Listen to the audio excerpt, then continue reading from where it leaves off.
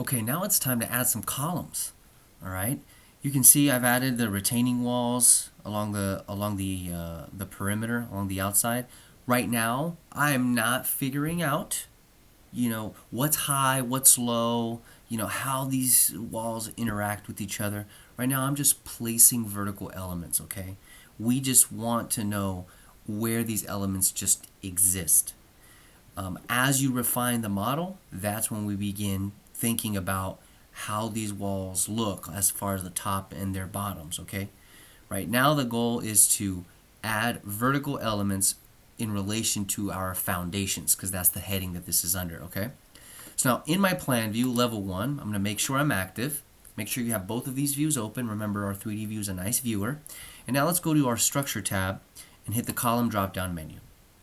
Now, I am set to my default as a steel column. Let's go ahead and go to Concrete, and let's just choose the Revit out of the box 18 by 24. And again, let's look over our options. Okay, we don't want this to go down yet. Our first step is we want it to go up in space. Second option, level 2. So a couple ways that you can model columns. You can just do manual placement and click anywhere you'd like. You can hover over an intersection. Revit will understand. And you can place multiple columns at multiple grid intersections. That is an awesome tool when you're looking to place a boatload of columns, and then you can refine them slightly afterwards. All right. Another cool tip when placing some of these columns. If I hover over in any space, I have not clicked yet, and I hit my space bar, Revit will rotate that column 90 degrees. If I hover over a grid intersection and then I hit spacebar, Revit will rotate that column in 45-degree increments. Okay? So also things to know, because you can then change the orientation of these columns after they're placed.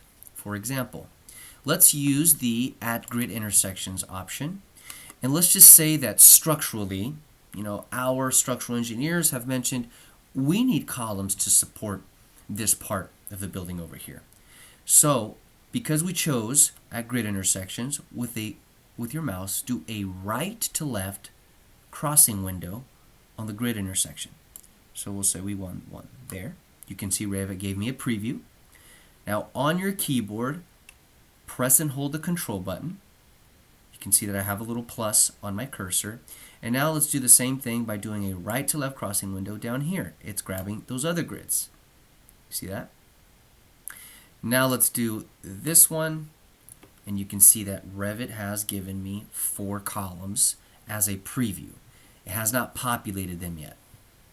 So let's go ahead and hit the green finish checkbox. Now you can see our model has populated with these columns. Now let's just say that some of these columns are rotated 90 degrees and the others aren't. Well, this is where we can select the columns we want to modify, and on your keyboard, hit the space bar. You can see Revit switch those 90 degrees instead of 45. So understanding what options are available to you throughout the modeling process should make your life a whole lot easier. For the sake of just, us modeling and consistency, let's just say that these other 2 columns are also spacebar rotated 90 degrees. We could have done that change in the preview. So let's go ahead and delete these columns. Let's activate our column tool. Let's get into keyboard shortcuts now. CL. I'm active my column tool. This time I'll say at grids. I will choose those grids like that. And then on my keyboard, I'll press and hold Shift. Now you can see there's a minus next to my cursor.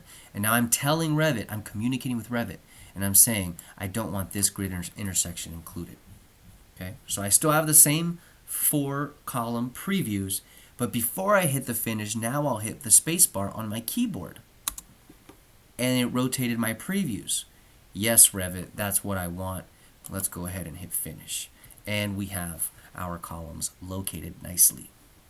So, again, Revit is always communicating with you. You are a virtual builder. You are translating something that will happen in real life into the virtual world. So you have to communicate with Revit, understand all of the options and what it can and can't do, so that you can tailor that group of tools to your desired workflow. Okay?